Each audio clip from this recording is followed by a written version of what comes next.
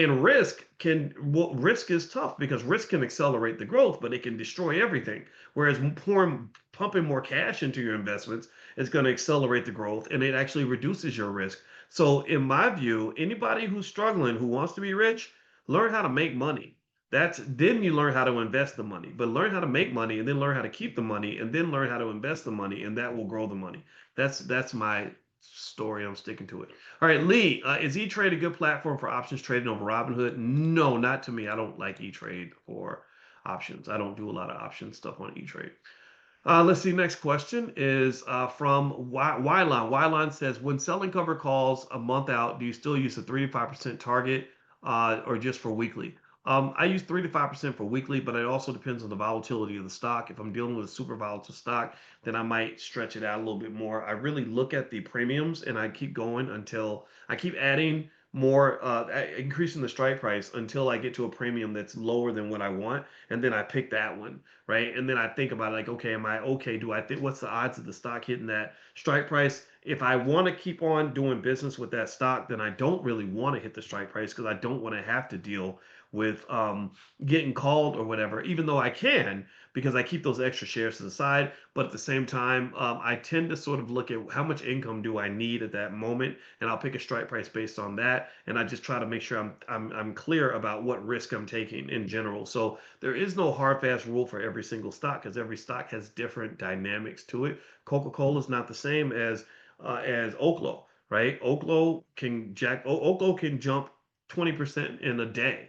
Coca-Cola is not going to do that, right? So that's kind of how the rules might differ. But really, I think looking at what income you want to make and then making sure you protect yourself in the ways we talk about in class, I think that's the way to go.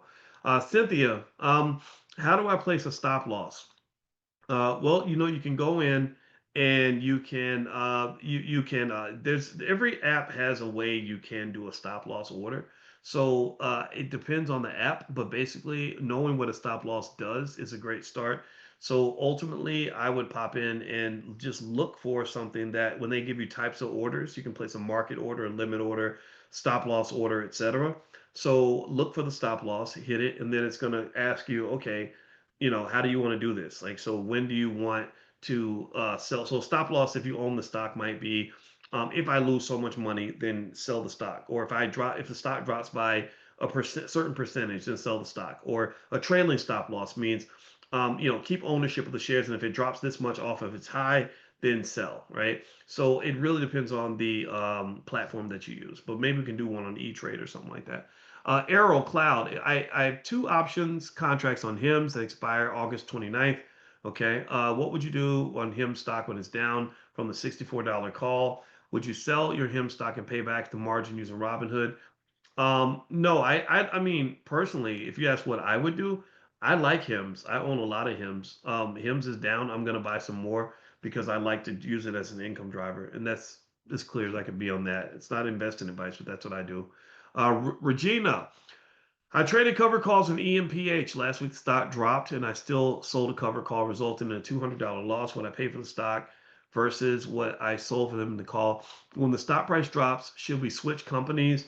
Um, is why is CLSK no longer on your list? Well, CLSK is not on the list. I do own CleanSpark, but that stock, it just didn't make the grid. The grid is pretty much like the top 15 companies that I find based on income.